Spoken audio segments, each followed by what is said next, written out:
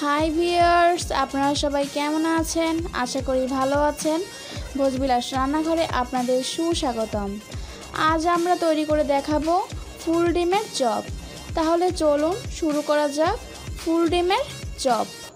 ফুল ডিমের চপের জন্য আমি এখানে 4টি ডিম সেদ্ধ করে নিয়েছি। এবার আমি একটি ব্যাটার তৈরি করব। ব্যাটার তৈরি করার জন্য আমি এখানে 5 চামচ বেসন নিয়েছি। এবার এর মধ্যে দিয়ে দেব 1 চামচ কর্নফ্লাওয়ার, আধা চামচ আদা বাটা, আধা চামচ নুন, আধা চামচ মরিচের গুঁড়া, 1 চিমটি গোলমরিচের গুঁড়া, আধা চামচ ধনিয়া গুঁড়া, আধা চামচ ম্যাজিক মশলা, আধা চামচ থেতো করা রসুন ও 1 চামচ সয়া সস। এবার ওই সব মশলার উপকরণগুলো আমি একটু পানি দিয়ে পেস্ট করে নেব। এখন আমি ব্যাটারটা তৈরি করব। এখানে আমার পানিটি একটু কম হয়েছে, তাই আমি আবার একটু পানি দিয়ে নিলাম। এবার এই সব মশলার উপকরণগুলো ভালো করে একটি ব্যাটার তৈরি করতে হবে। ব্যাটারটা যত ভালো হবে মাখানো, ততটা এটা খেতে ভালো লাগবে। এবার একটি ডিম আমি চারপাশ কেটে কেটে নিব।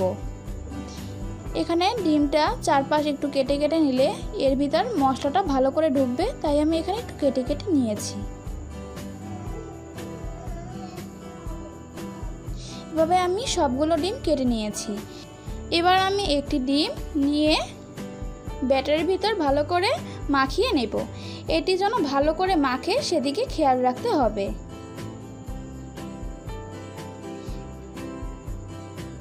ব্যাটারের ভিতর মাখানোর পর আমি টোস্টের পাউডারের ভিতর আমি ভালো করে মাখিয়ে নেব। টোস্টের পাউডারের ভিতর মাখানোর পর আমি ডিমের ভিতর চুবিয়ে নেব। ডিমের ভিতর চোবানোর পরে আমি আবারও টোস্টের পাউডারের ভিতর আবারও মাখিয়ে নেব। এভাবে আমি সবগুলো করে নেব।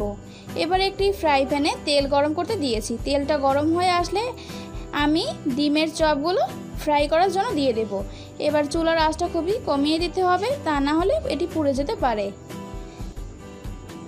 এবার আমি এভাবে 2 সাইড বাদামি করে নেব।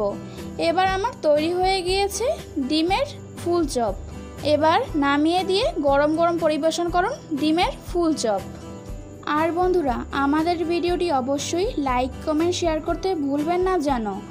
আর আমাদের চ্যানেলটি এখনও যারা সাবস্ক্রাইব করেননি তারা প্লিজ সাবস্ক্রাইব করে পাশে থাকা বেল আইকনটি প্রেস করে দিবেন।